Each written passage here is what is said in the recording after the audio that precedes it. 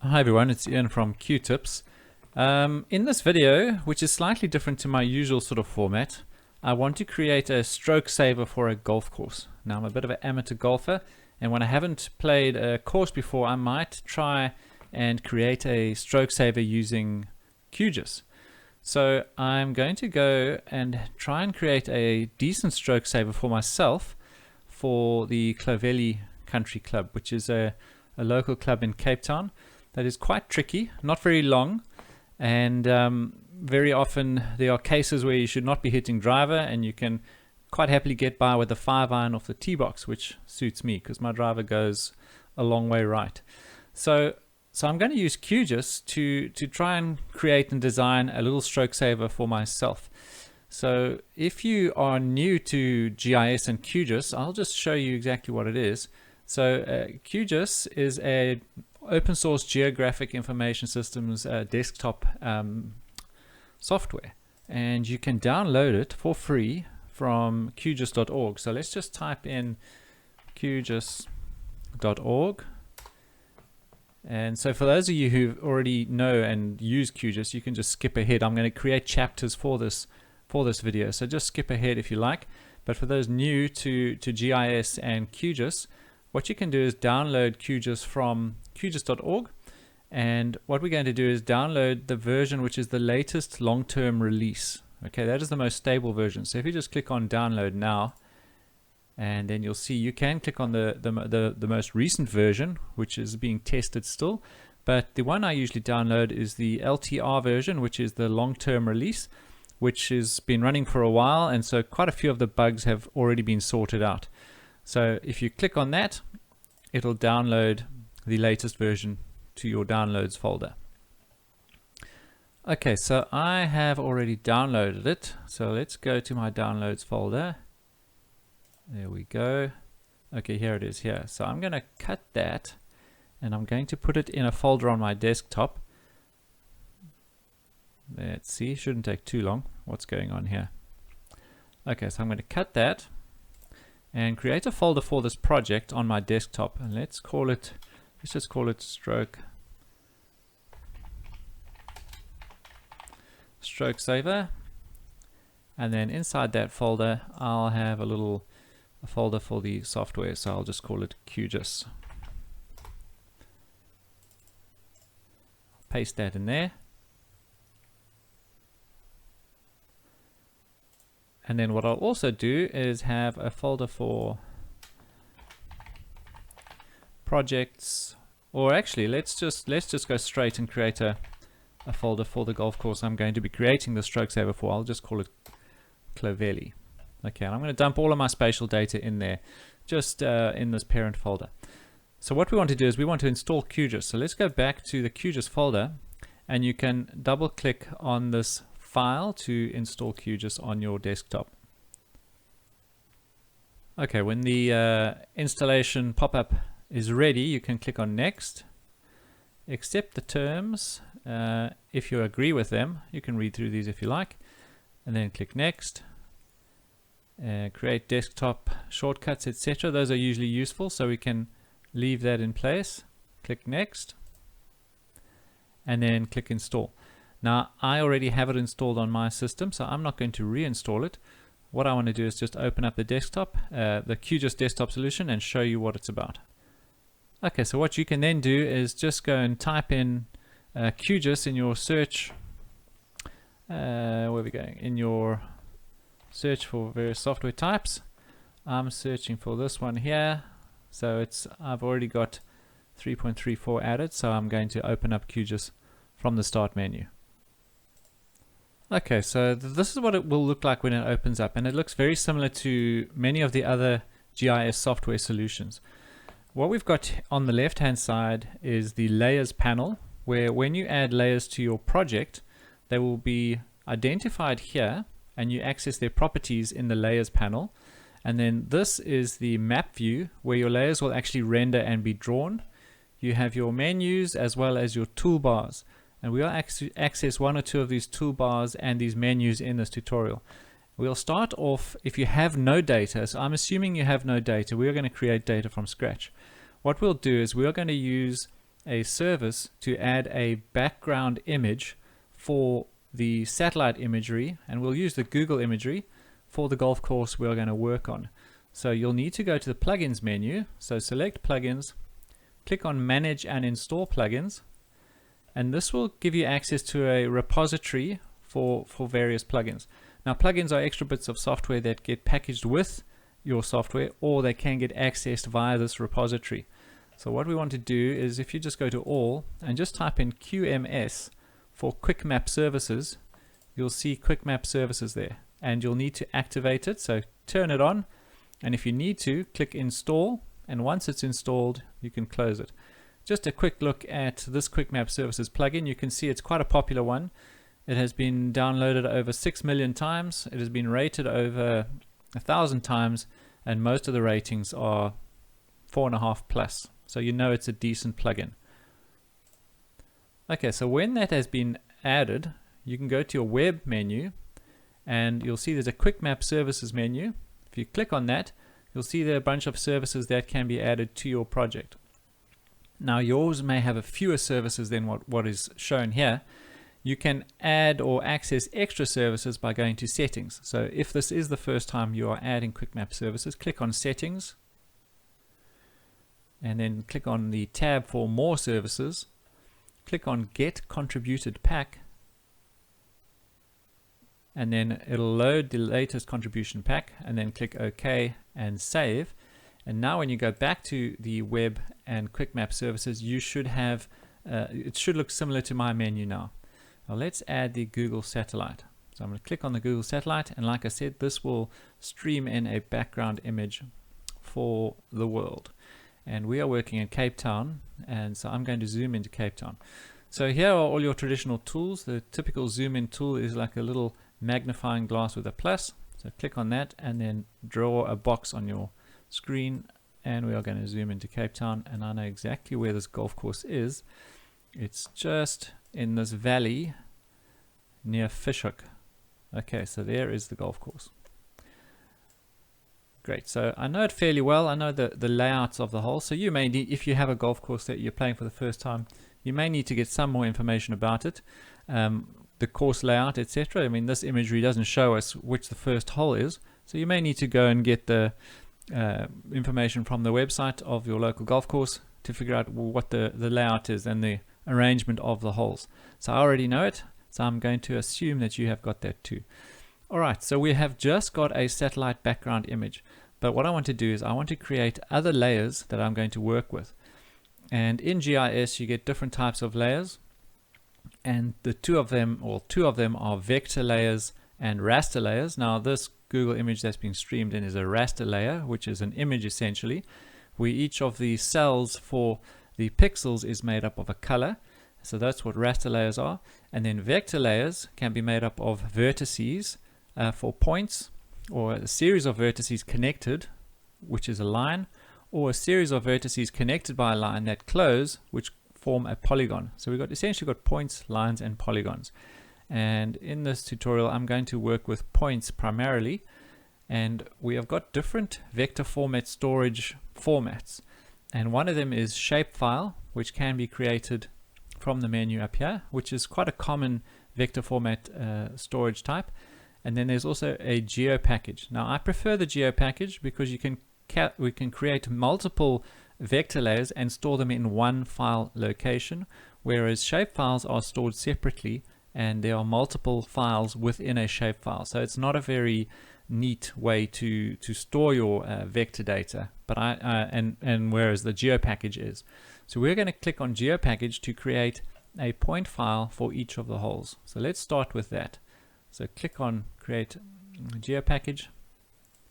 Now we need to put it somewhere, so we'll just navigate to our desktop folder for the stroke saver. So where is it? Stroke saver and Clovelly, and let's just call this, we'll call it Clovelly. So it's the Clovelly geopackage, and then the table name. So now this table name is the actual layer name. So we are going to create a point file for the green, and the geometry type is a point, And now we've got something interesting. We need to choose a coordinate reference system for this project. And there are coordinate reference systems that have units in decimal degrees, which is what this one is. EPSG 4326 WGS84 is one of the most common coordinate reference systems, but the units are in decimal degrees. We are going to be using the point file to create buffers. And the problem with that is when we create the buffers for a layer that's in decimal degrees, the buffer distances will be in decimal degrees, and so it won't be an accurate representation. In fact, the buffered layer will be gigantic, so we don't want that. We need to change the coordinate reference system to something in meters. Now we can use UTM zone 35 south possibly. So let's go and have a look at some of those different projections. So to go and choose a projection, click on the little select CRS button, and now we are going to search for a projection that suits us. Okay, so now you can choose, if you just type in UTM, you'll see there's a bunch of options under projected. If we expand that, we scroll down a bit, it has universal transverse Mercator, that's one we want to look for. And then there are different zones for different parts of the world that you are in. Now the nice thing is there's a little map in the bottom right hand corner here that will indicate to you what the correct area is. And if you scroll down to WGS84, now WGS84 is an ellipsoid, which is the mathematical equation to predict the shape of the Earth. So we want to choose the most recent one, which is WGS84. And I know I'll click on anyone here. So let's imagine you clicked on this one, 51N. Now you'll see there's a stripe running through the northern hemisphere. So if you were working in, where is that? Eastern China, or maybe the Philippines, I think it is, then you would use this coordinate reference system. But we are down in South Africa, so we need a south coordinate reference system. And I know 35 south is pretty close. So let's go up to 35 south. Okay, so it needs to be a bit further west, so 34 south. So there we go. So now I know that coordinate reference system will work for me. So just to reiterate, you're using this because you want meters instead of decimal degrees. Choose the correct one for your hemisphere, so south or north, and the right one for your longitude. So 34 south, that's 34 degrees south. Yes, okay. So I think 34 is just the zone name. But anyway, I can see from the map here that it is correct. Cape Town is actually 19 degrees east. So anyway, that one is correct. And we can say OK. Okay, so now we've set the CRS, or the coordinate reference system. What we are now going to do is create some fields for the new vector layer. So we will have a field called whole. Okay, what is the whole name? And this can actually be an integer. It doesn't. We can make it a text string, and we can reserve 2 characters for that. So we can, and then once we've done that, so we've chosen the name of the field, the type of the field, and then the number of characters reserved. Just click Add to List, and the next thing we'll do is we'll click par. Okay, so what is the par of this whole? This one we can go integer, and then Add to List. Par, what else is there that we need?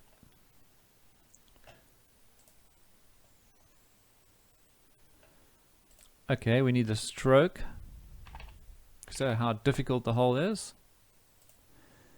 And then what I want to calculate for my own stroke saver is the distance in meters from the center of the green back into the fairway. So I'm going to I want to calculate the distance in meters. I want 100 meters to the center of the green, and I want 150 meters to the center of the green. So these fields can be called, so let's go T to 100M. Okay, it's not a great field name, but I understand that T to 100 meters out, and this is also going to be an integer. So you can click Add to Field List. And then T to 100, so let's go T to, 150. So T to 150 meters, and then Add to Field List. And then you'll see as you add them, you can see your new fields get added down here. If you want to remove any of them, just select it and click Remove Field. Okay, what else do we want? I want a distance to the safest position in the fairway from the tee. So I'm just going to call it safety. And then notes. Okay, so maybe each hole has, I've got special plans for a hole, so I'm going to hit text and then maybe reserve 100 characters, maybe 250 characters for my notes. Okay, that's a text string, so I might write avoid this bunker, stay down the left, something to that effect. And we can also add that. If we scroll down, we can see that all of our fields are added, and we can actually say okay now. Now, if we want any additional fields, we can add them at a later stage. You don't have to have all of your fields up front. You can add them and edit your table at a later stage. Okay, so point file created, correct CRS, and then the right number or the fields that we are going to need. So we can click OK. Okay, there we go. So now it's been created. But obviously we can't see anything yet because we haven't digitized anything new. To open the attribute table for a layer, you can just right click on it. So in the table of contents, just right click on it and then select open attribute table, and you will see these are the fields that have been created. You may notice that there's an FID, which is a field which is created automatically, and it's created by the program specifically for geopackages. And then this field will get an automatic sequential number as an ID for each of the records that we add. So QGIS just does that automatically for a geopackage, which a geopackage needs. Okay, so there's no information yet, so there's no records. So we'll start capturing records, and then this will slowly get populated. So let's close that down. And what I'm going to do is I'm just going to change the style or the symbology of this green. So if you select that layer, so make it the active layer in your layers panel, select open the layer styling panel, and that's a nice way to view and style and change your layer. So what we will do is maybe choose a different style. Let's go have a look down here at different styles. So I'll just make it let's make it a white dot. Is there a white one like this? There we go. Let's choose that one. So a white point, size of 4, and then what we can also do is we can choose the label option as well. So that's the style for the actual icon. Then this is what it's going to be labeled with. So if you select the labeling tab, you'll see it says no labels, but we want to label on single labels, and then it gives us the option to select the field. So we will select the whole, so it'll have a whole number, and then it gives you the option to create a buffer. So you'll see there's a number of tabs here along here which will allow you to modify and change your text for your label. We want to select and turn on the text buffer, and you can also change the size here. We'll leave that size as a default, which is fine. Okay, we can also change the position using this option, and then you can also change how it renders, the different scale, visibility, etc., which we're not going to get to, but you can play around with these to see what they do. Okay, so with that set, we can start styling. We can start digitizing the center of each of these greens. Okay, so let's zoom in, and like I said, you may need to go and have a look at a layout of the golf course to figure out exactly which hole is which. Now I know Clavelli starts over here. The first tee's up here. That's the ninth green. The first tees are here. Tee down here. Dogleg right. So this is the first green. So what I'm going to do now is capture the center of every green. So to capture the center or digitize new feature, you need to select the layer you want to edit. Click on this little toggle editing pencil, and then you'll see you get a couple of the buttons are colored up. So we're going to choose the one which is add point feature, and then as near as I can to the center of this green, and I'm just going to eyeball this in, I'm going to put a new dot. So once I put a new dot, it pops up with a form asking me for information about that new feature. Okay, so I don't know much about it except that it's hole number 1. So I'm going to click inside the cell for hole. I'll just put 1, and then I'll click OK. Now these I will add later. Okay, I actually do know the par and the stroke, so let me populate those as well. Okay, so this is a par 4, and it is a stroke 5. And now we can click OK. Excuse me. Okay, there we go. So we have the center point for the first green. Now let's repeat that step for the second hole, which is down here.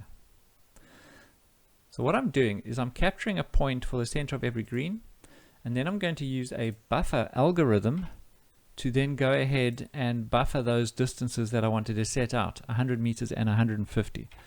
This is a par 4, and it's a stroke 9.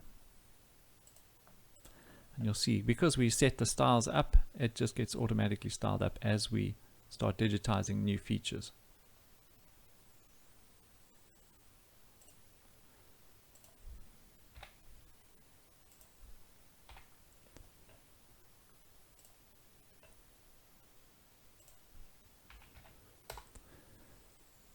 Okay, so I'm going to capture the rest of these and then maybe pause the video and then come back and we'll start doing some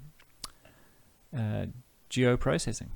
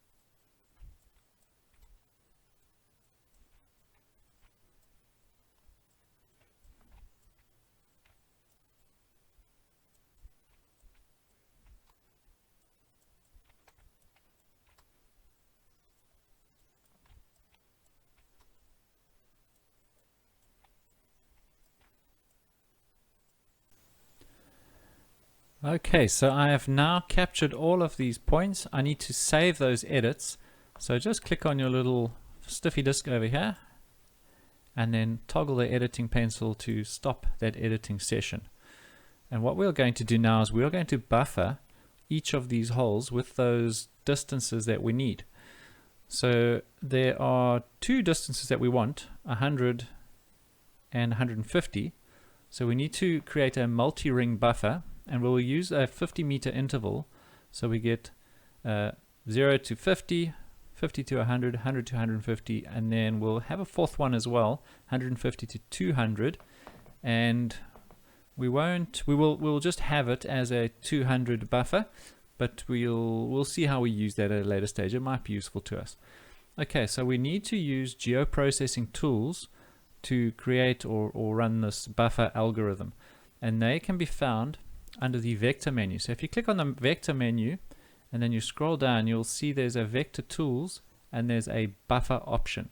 So now these are probably the most popular algorithms that are used in QGIS, so that's why they sit under this vector menu. But there are quite a few other processing tools which we can use, and the buffer option here, if you select buffer, shows you that it'll buffer something, but it isn't a multi-ring buffer. So it's only going to buffer something once. We want to buffer something more than once. So I'm going to close this down and choose another option in the bottom left-hand corner of your screen. If you just type in buffer, then you'll see an option here called multi-ring buffer with a constant distance. So that's one we're going to use. Our constant distance will be 50 meters. So let's just double click on that.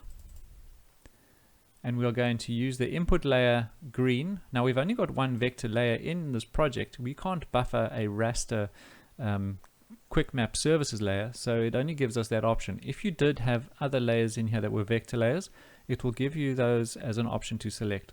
So make sure you select green if you do have multiple vector layers. The number of rings is going to be 50, 100, 150, and 200. So it's going to be 4 of those. And now this is where we'll set the distance of 50 meters. Now, if our green coordinate reference system, or the coordinate reference system for our vector layer greens, was in decimal degrees, we would get a warning here telling us that we are going to buffer in decimal degrees. Because we chose the Universal Transverse Mercator 34 zones south, it's in meters. So we don't get that warning, which is great. The next thing, it's going to create a temporary layer by default, but we want to put it into our geopackage that we created earlier. So just click on this button and then save to geopackage. Now we just need to navigate to that geopackage, which is on my desktop in the stroke saver Clovelly folder. Select Clovelly, and then the output name will be, let's just call it distances, and that should run. So now we can open the file after running the algorithm. So click run and close. Okay, sorry for the brief interruption, but it occurs to me that not everyone uses meters, and in fact most of the golf world does use yards, or they do talk about yards all the time.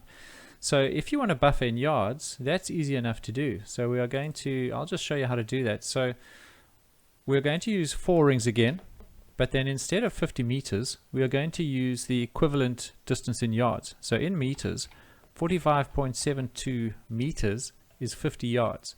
So just use 55.72 instead, and we can run that and then close.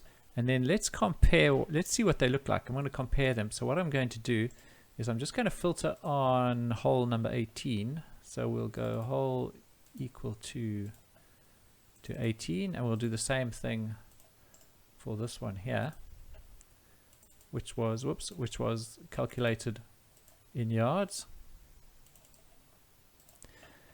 Okay, and then what I can do is maybe just change the symbology so I can see through that one. I'll change it to no brush, and then I'll just make it cyan. Ooh, let's make it yellow maybe. Nope, not yellow. What's a nice different color? Blue. Okay, they're blue. Okay, so now you can see the blue line is in yards, the black line is in meters, and it is a significant difference, especially if you are a pretty good golfer. You know, meters and yards are going to make a massive difference to your game. So the only other issue I see now is when we label this, what you're going to need to do is you're going to need to change, if you go to the attribute table of your distance layer, you're going to need to change these values because we are going to use these to label. So although we measured it up in meters, with the conversion it's now in yards. So when you label, it's going to be 45.72 meters, but we want that to be yards. Okay, so what we can do then is we can add a column. So click on your editing pencil to start editing. Click on the new field. We'll call the new field yards. We'll change it to text and then say OK. And then where it says 45, just type in 50, 100, 150, and 200. And then what you will do when you create the label for the buffer or the distance, use the yards column for that label. So if we just quickly have a look at what I'm talking about. So I've just opened up the layer styling panel. I'm gone to the labels. So single string. Now instead of using distance, we're going to use yards. Okay, so now that should work out perfectly. So just if you do use yards and you want to use yards, it's quite an easy conversion. Now this is exactly what I expect to see. It's hell of a messy, but we are going to clean this up so that it's more specific to each hole as we create the stroke saver. But that's exactly what I expect to see. So for instance, if we had a look at the green for hole 18 here, if we choose our little measuring line, we can select from the middle and scroll out. Well, let's put this where we can see it. We should be at 50 meters, 100, 150, and then 200. So that works for me. Okay, so now what we're going to do is we are going to change the symbology and the labeling for these buffers, and then we will edit them for each of the holes. So let's start off by changing the style. So open up the styling panel again. So you select the layer you want to style, click on the styling panel button, and we'll start off by styling it. Now I want to be able to see through, so I'm going to select simple fill and change the fill style from solid to no brush. So now we can look straight through. It looks even more messy now.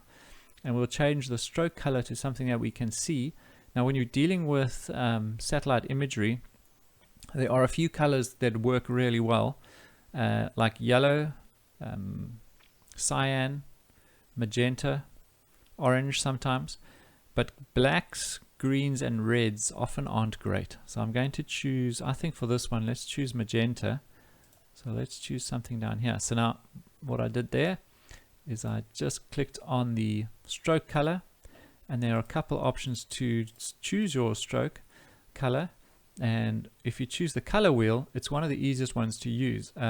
You can choose a color on the outside of the ring, and then you can change the hue by clicking inside your triangle. So for instance, if we wanted something that's like bright green, we choose that option. But if we want something that's darker green, we can just choose that option by clicking inside the triangle. Likewise for yellow, red, etc. So it's quite a versatile little tool, and I want something that's going to really pop out. So magenta works. So it's very loud, and that should work.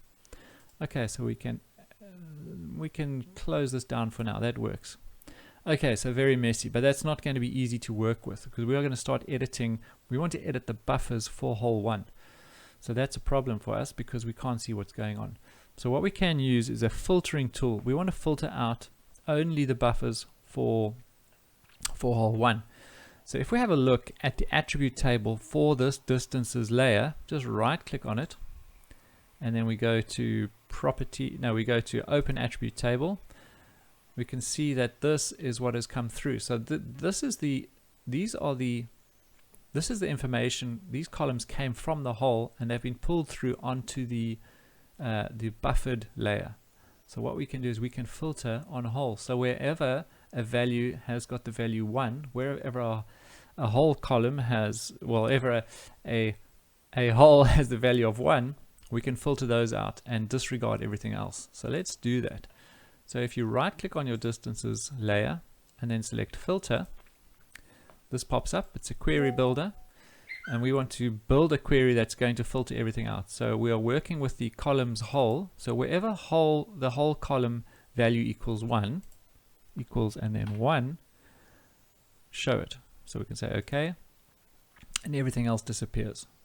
And we can do the same for the whole. So right click on the whole or the green, and then double click whole equal to 1 and OK, and now it filters everything else out. Okay, so what we're going to do is I'm going to chop this up and then disregard everything that isn't part of the whole buffer.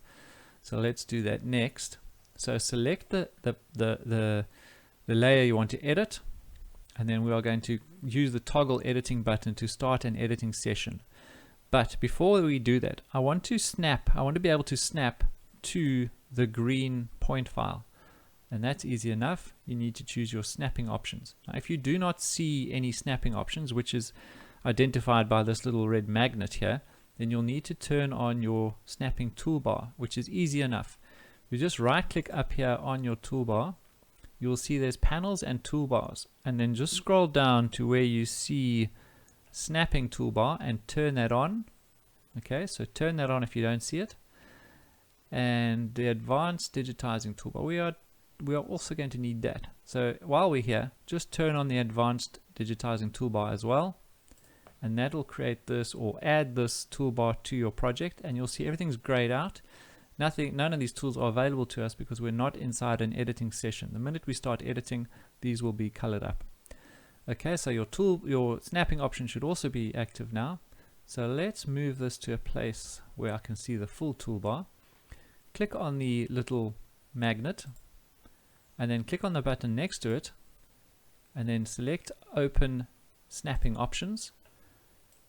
Under Snapping Options, click on All Layers, drop down, and then choose Advanced Configuration. And then next to distances, next to green, activate it. So now we're going to be able to snap to the green, and the type of snapping will be to the vertex, which is what we want. So if you see vertex there, that's what you expect to see. Now there's no OK button. Now that you've set these snapping options, they'll be in effect. So there's no OK button. You don't have to tell the program, OK, use my settings. You've already done that. Okay, so we can close that. So now we'll be able to snap, as you can see, by that little magenta square to green number 1. Alright, so the next thing I'm going to do is I'm going to chop this up. Before I do that, I want to also turn on the labels. Alright, so I'm going to go back to distances, activate the layer styling panel again. I might make the stroke width a little thicker, so I can choose, I'm going to choose 4 or 0.4, and then I want to label on distance. So I'm going to select the labeling tab where it says no labels, click on that, choose single labels, and then I want to choose the distance. So if we click on the drop down menu, you'll see there is a distance column which was created by the algorithm. Okay, so it'll be, there we go, it's labeling them all now, 100, 50, 200. And then we also want to turn on the buffering option, and we'll choose yellow. So you can do it the same way we did last time. Click on the color and then use the little styling option to choose a bright yellow. Now I'm using yellow because it also pops out against a satellite imagery backdrop. So that works, but I don't like where they are, so I'm going to change the where they are drawn. So if you click on the position or the placement button and then click on mode and choose using perimeter. Okay, so now it pops it on the perimeter, which works. Now I can get a bit fancier if I want this to be 100 m for meters, or if you're working in yards and you've used yards, then what you can do is change that too. So let's go to the value option, and you'll see there's a little button here on the right hand side which will allow us to style or change the formatting of our label. So click on that, and currently it's just using the column distance, but I want to concatenate that with something else. So we choose the string concatenation button, and then inside single inverted commas I'm going to type in space M and then say, actually I don't need the space, let's just remove that space. I'm just going to go M. Okay, so it's going to concatenate the values from the distance column with the text M. And we say OK, and it adds a little M to each of those. Okay, that looks nice. Alright, I'm not too worried that it's upside down at the moment. Hopefully when I edit the buffer, it will put them in the right place. Okay, so I can close the layer styling options again. Okay, so now we are going to actually edit our distances buffer. So select the distances vector layer in the layers panel, click on the toggle editing button, and then you'll see we are now inside an editing session, so all of these buttons become available to us.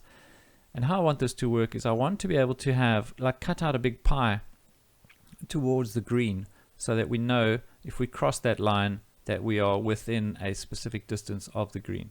Now if you drove the ball down here, it might be useful to know what distance you are, but that's not going to happen. That would be a massive drive. So I'm going to try and guess for each hole what the most appropriate target would be.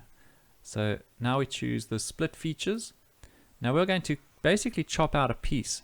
So to do that, you need to start digitizing with your mouse outside of the feature that you want to edit. So I'm going to imagine that this is a good place to be. So I'm going to click there once. I'm snapping to my green now, and then I imagine this is probably also a position that people might be in if they hit their ball down here. So I'm going to click once there and then right click to finish. And once you've done that, you'll see it immediately chops out this piece. So that's what I'm going to do for every hole. Now I don't need these ones anymore, so I'm going to use this tool here, which is the select features tool. If you click on the drop down, you want to choose select features and then just drag over the areas you want to remove. Anything that's selected turns yellow, and then click on this little dustbin here, or this rubbish trash can, whatever you want to call it, and then delete the selected features. It wants you to confirm that you're deleting your 4 features, and there we go. So now we can save that and toggle editing, and we now have a little target. I think that 50 meter one is fine. It's obviously not drawing it here because this line, it doesn't think it's long enough, but that works. So now we know if we tee off from here and we end up here somewhere, then we know we've got another 100, or well, in this case 200 meters to the center of the green, which is pretty useful. Okay, so we'll next set up a layout. Okay, so now I've got my first hole done. Now I've got to do this for another 17 holes, which is going to take a while, but you know, that's the price we pay for a decent little stroke saver. But I want to visualize and have it on the course with me, so you can export it as maybe an image and have it on your cell phone, or if you want to print it out as a little A6 page, you can do that too. So in QGIS we are going to create a little layout, and to do that we use the layout manager and the new print layout. So we'll start off by clicking on new print layout, and then we're going to call it I'm going to call it A6 for the page size, and then I'll just go stroke saver. Actually no, I'm going to just call it whole. Yes, okay, I'm just going to call it whole, and then what we'll do is, you'll see why I did this later when we export the JPEG images. I'll just change the number behind each one, so you'll get 18 images with hole 1, hole 2, hole 3. So let's use that as an option. So let's click OK, and then you'll see it opens up a whole new window, and this is where we are going to design our layout. So what we want to do is we want to use these buttons here to start adding objects to our layout. Now before we do that, I want to change the properties of this layout. So if you right click anywhere on your page and go to page properties, you'll see there's options for the page size. Now I'm going to assume that we're going to print this out at A6, which is a little page that will fit inside most scorecards. So I think A6 is probably the perfect size if you are going to print it out that size. And the background color is fine, everything else is fine. If we click on the layout button, now if you don't see either of these two tabs, you can activate them. So let's just assume that maybe one of these didn't come through. Just right click up here and then choose the panel for the one you want. So I want to have the item properties panel and layout panel. So hopefully you can see both of those. Now select the layout panel and just change the resolution DPI from 300 DPI to 200 DPI. 200 is more than enough and 300 is excessive, and that's perfect. So now what we can do is we can start creating our layout once all these settings have been set. So what I'm going to do is zoom to the full extent of that layout, and I'm going to use these buttons to add information. Okay, so this little button here this is the one we want. We want to add a map to our layout. So select that one, and QGIS is quite nice. By default it allows you to snap to the corner of the page. I want to draw a big rectangle that is exactly the same size as our layout. Is it snapping at the bottom there? It says it is. Okay, so I can let go, and there we go. So now this is what we're going to get. So now once we've finished editing this, we'll be able to export it as an image. Okay, but there's a few things we need to do before we can do that. So okay, so what we want to do is select item properties. Now if you look in the corner of the object that we've added, so this map is one of the objects, it's got little toggles. So now that means that that is the selected item, and the selected item properties are rendered or displayed here. So if this is not selected, so I can choose my selection button and then click off the map, you'll see it disappears.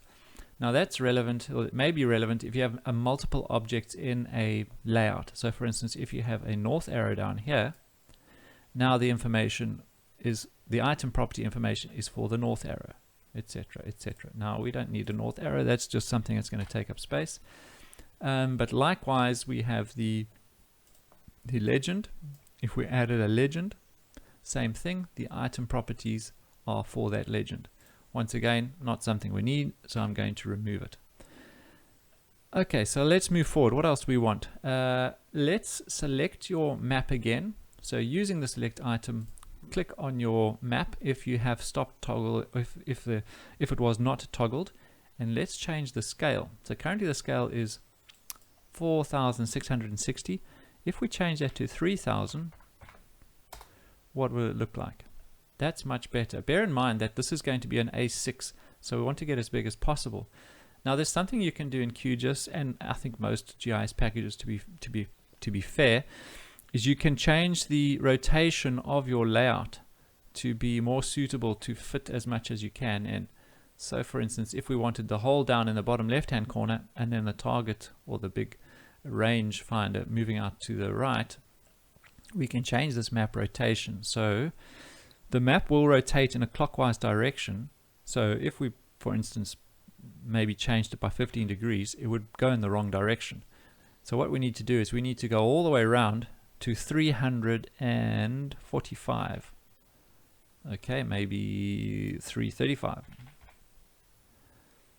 And that is closer maybe to a better position. You could even go further than that, maybe 325. Okay, so maybe that's an option for you. Okay, so if you have managed to decide on a map rotation, or if you just leave it at 0, that's something you can do. But what we can do also is we can change and pan the content of our little layout, and you can do that using this little button. So it is the move content or move item content button. But just make sure once again that you have selected the layout that you're going to be panning. Then you select your little move item content, and you can pan the content of your map to be something that's more similar to that. So now we can see the T boxes. Now there is a T box up here. That is the championship T box. I'm going to exclude that one for now because I'm only going to calculate for the white T boxes. Okay, so there we go. We've zoomed out to that point. I see my 100 has disappeared from the curved surface. Now what we could do essentially is clip these out, but I'm not going to worry about that. I know what's going on here. Okay, so what other information do we need for this map? I want to add the actual information for the table, for the distances we need to hit. So what we need to do is we need to add an attribute table. So I'm going to select add attribute table. I want it to be added up here, and that's what it looks like. So we are going to have values. So there are certain things we don't need to see. So let's just see the attributes for this table. So once again, the item properties of the item that's been added, and in this case it's the attribute table. So we can change attributes, and maybe we don't need to see the FID. So select the FID record and you can remove it. And then if we say OK, you'll see the FID has disappeared. The other thing we can do is we can change the alias for each of these columns. So let's go back to attributes. So instead of having T2100, you can say what is it? Distance. It's 100 meters to the green, really.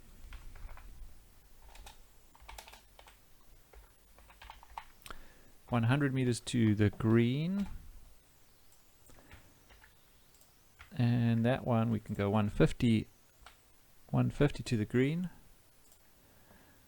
Safety note, I don't need these two, so let's just, I think we can deselect those, and then just select the ring ID and remove it, and select the distance and remove it.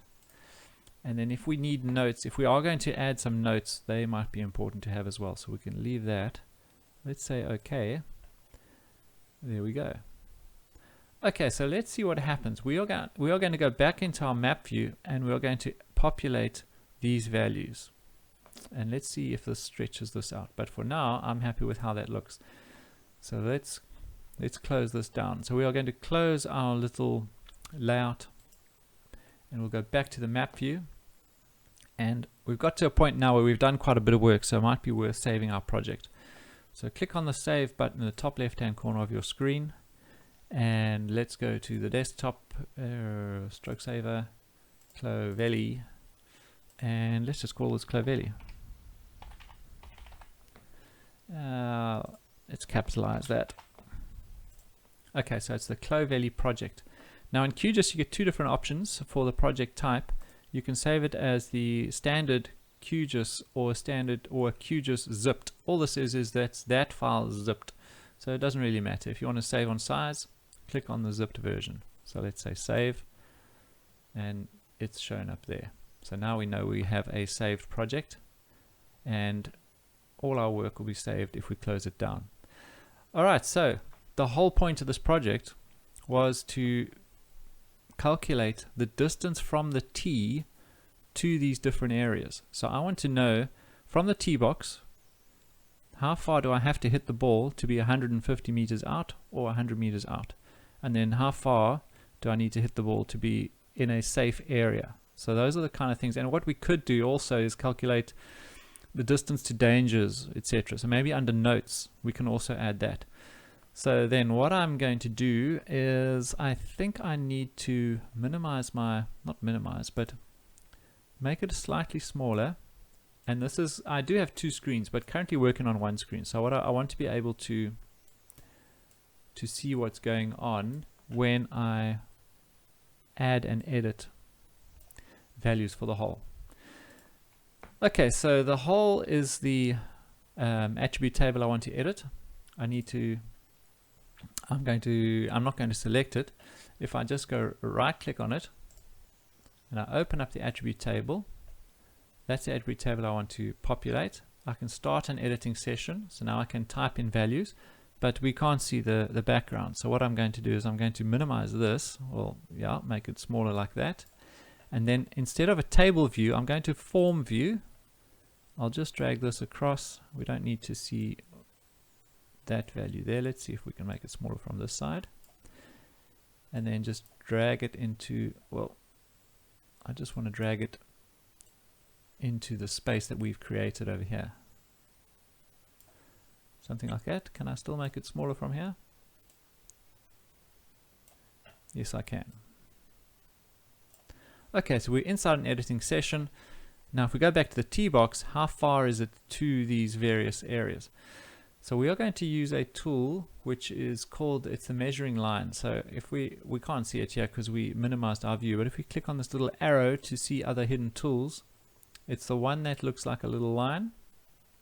Okay, now there might be other measuring options here. So if you do see a different option, just click on the drop down menu and then choose measuring line. And then what we can do is we can move that to the bottom right hand corner of our screen. That kind of works there. And then this will allow you to digitize a distance. Okay. All right, you see how it works. It's pretty much like most of these packages. And so let's create a new one. All right, so we want to measure the distance from the center of the white club it's the club tees. So from the club tees, I think this is championship club, or it goes yellow, white, red, blue, I think. So we're going to the white tees. So we click on the center of that tee box, and if we move to the center of the fairway, 150 meters out, bottom right hand corner, how far do we have to hit it? We have to hit it 186 meters, 186.2, but let's just round it down. So 186 meters to 150. So now we click in the 150, we'll go 186. If we move to 100, so I haven't needed to re-click, I just drag my cursor out to 100 now. Oh, why can't we see it? I just need to select that. Maybe I should move this to somewhere else. Actually, it doesn't matter. I can leave it there. What I will do is just make this smaller so that we can see the distance. Okay, so back to 100, 220. Okay, so I have to hit that ball 220. Now safety, what would I consider safety? I mean, there's safety, but then you know we're near the green. So maybe this is where your safe shot is down here. Okay, if we just imagine middle of the fairway, safe shot is 183. Okay, and then maybe under notes we can say there's danger. So now there's water down here. If we hit it too long and through the fairway, we are 114 meters away from there. So maybe don't take driver if you're worried about hitting a straight shot. So in that instance, we can say the notes are 214 to pond. 214 to pond. Okay. If we want to carry these bushes, it's 205 to carry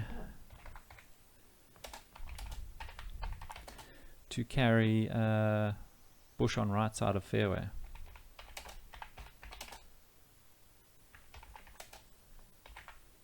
Now I don't know how this is going to show up on my layout, but let's see if this works. We might have to reduce the number of notes we have.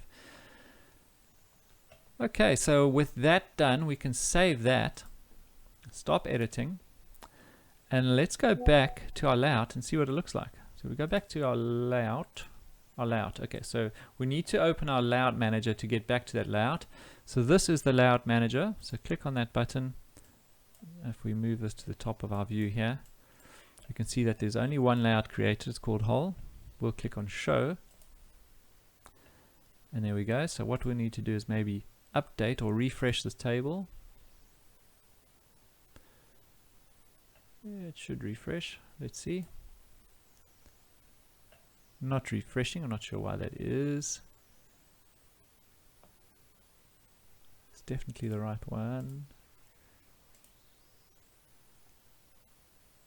Oh, it's green. That's why. Okay, so that's a good example of something that may happen. I had two vector layers that had very similar columns, so I got confused between the two. So what I've done is I chose the correct one, but I just need to go and change those attributes again. So if I choose green as the layer, which is the one we've just edited, and then go to attributes, I can just quickly remove and then edit. So what was it? It was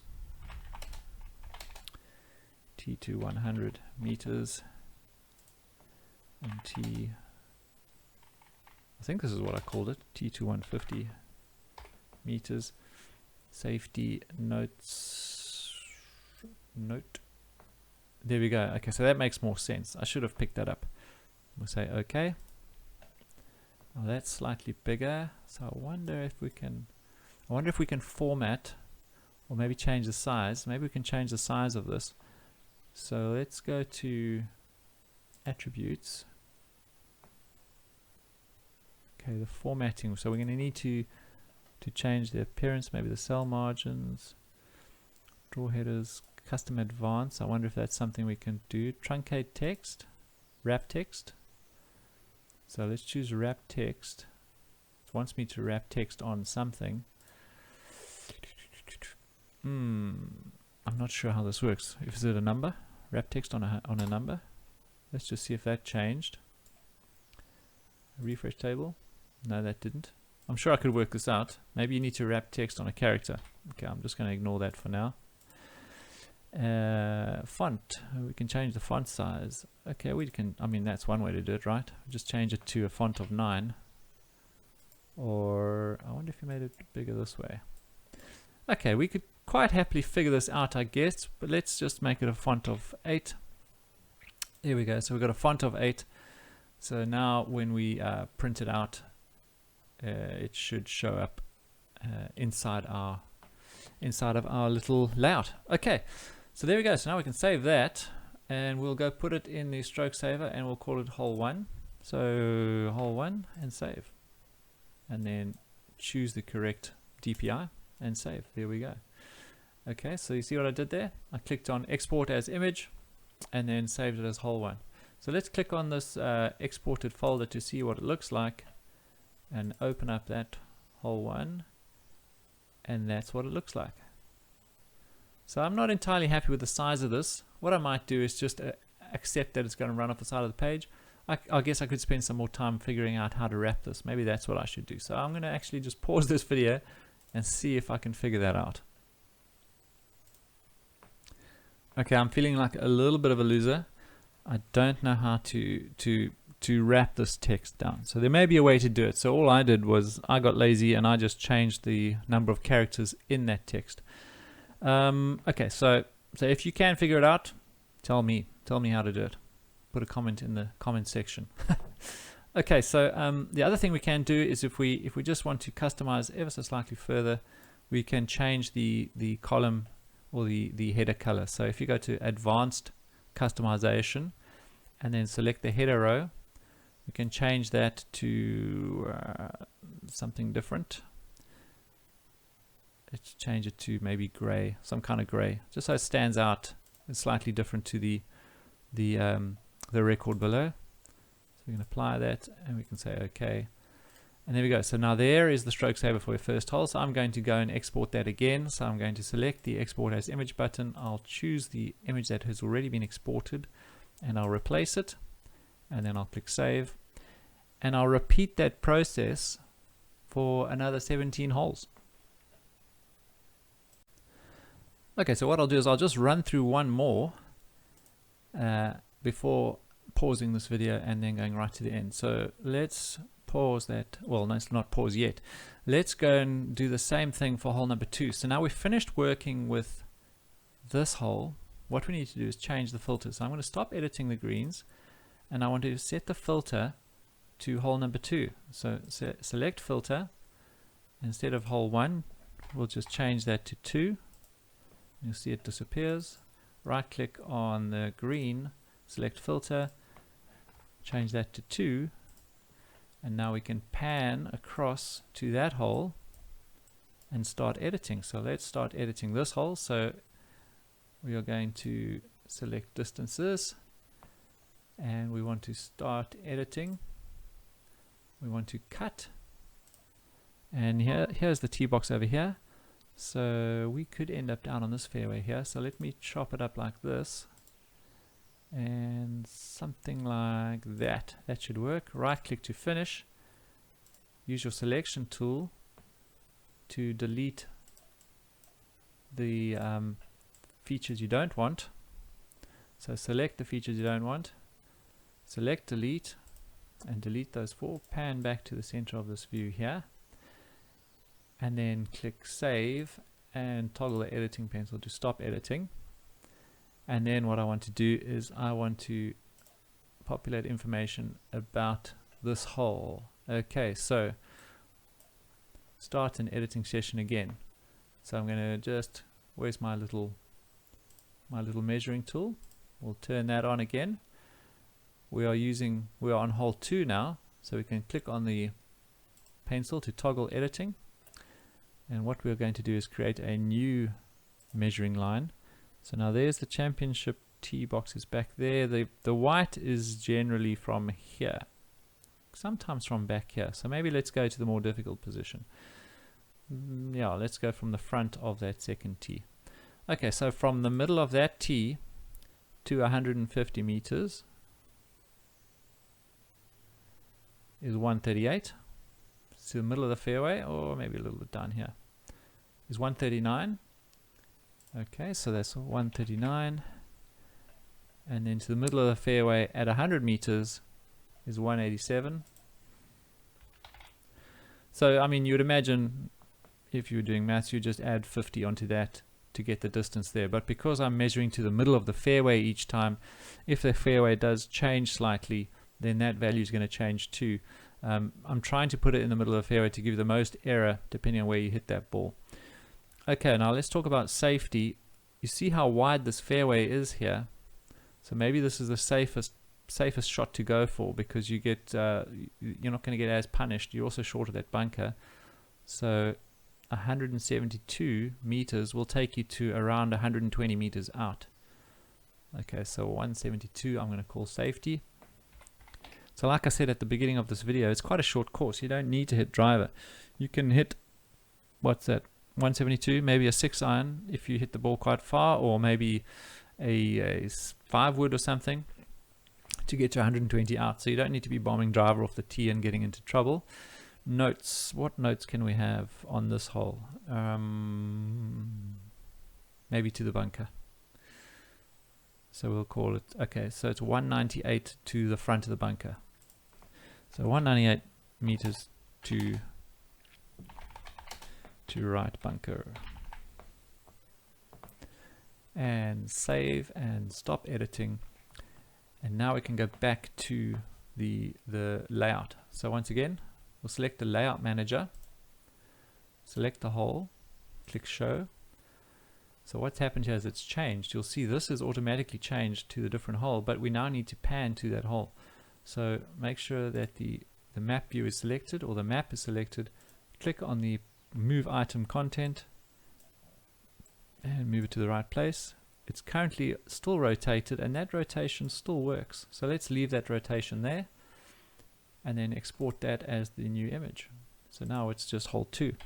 So because we've set things up in this way, using the same layout every time, it's actually quite quick. We don't change that much, and we can quickly export the new hole.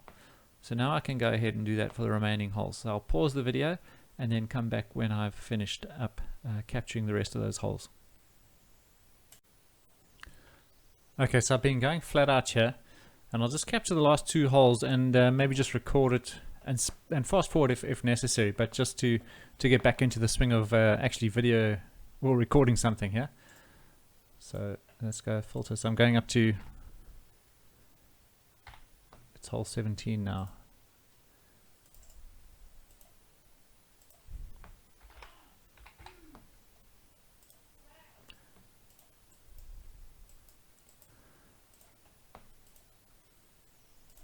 Okay, edit distances. It's like a long straight par 4, but it's a hell of a hole when you're playing into the southeaster.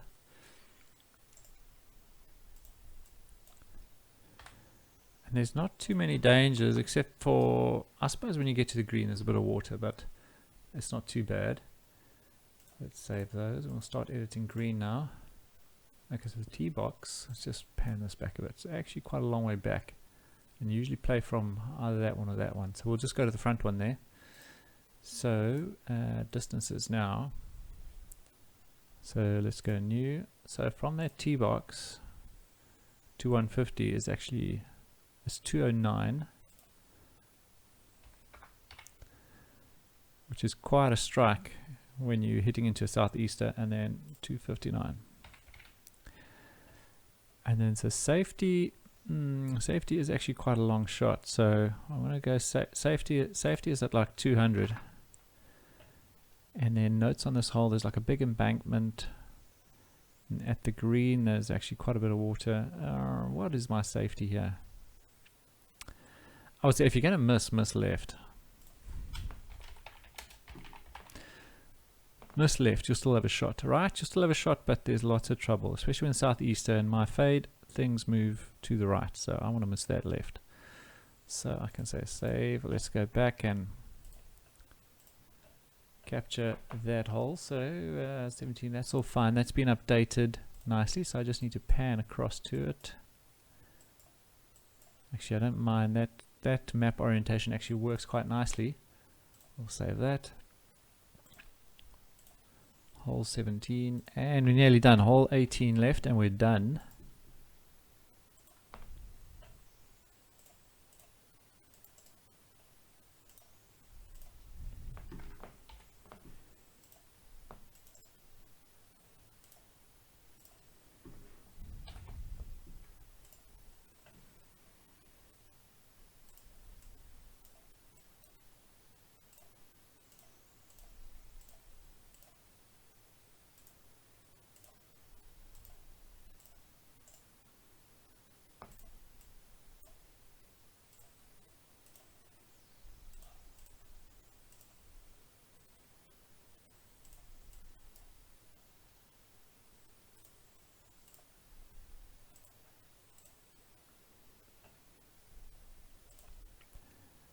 Okay, so where's my tee box is back here, and this is actually quite a short hole. It's only 95 meters to 150 out, but it's quite a tricky hole because it's short. They have protected it with quite a few bunkers down the fairway. So if we look at this hole, anything over 144 can get you into a world of hurt. You can get blindsided behind these trees. You can hit it into any of these bunkers, so it's actually really is, they kind of, the golf designer wants you to take this on. So for me, safety is going to be like maybe like an 8 or 9 iron. So I'm going to go 133 safety for me. Notes, it's an elevated green. I don't know, I think we got to go safe here. So maybe if we can just say the bunkers are at 144.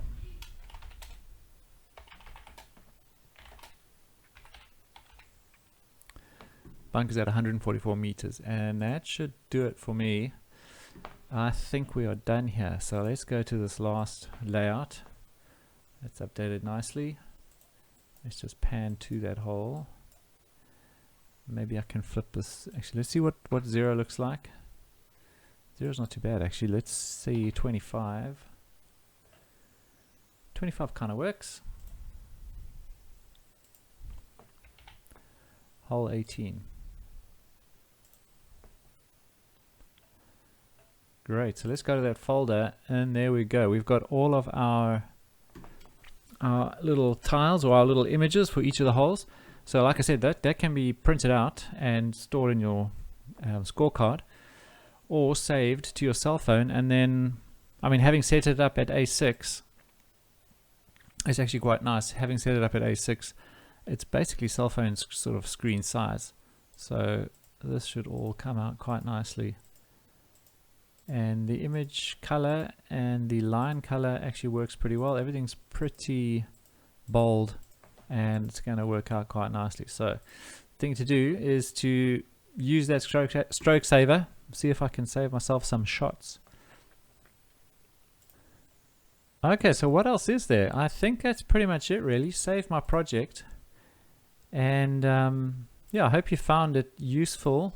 I mean, those that are new to QGIS, it can take some getting used to, but I think I've shown you as much as I can to kind of run through and create your little stroke saver.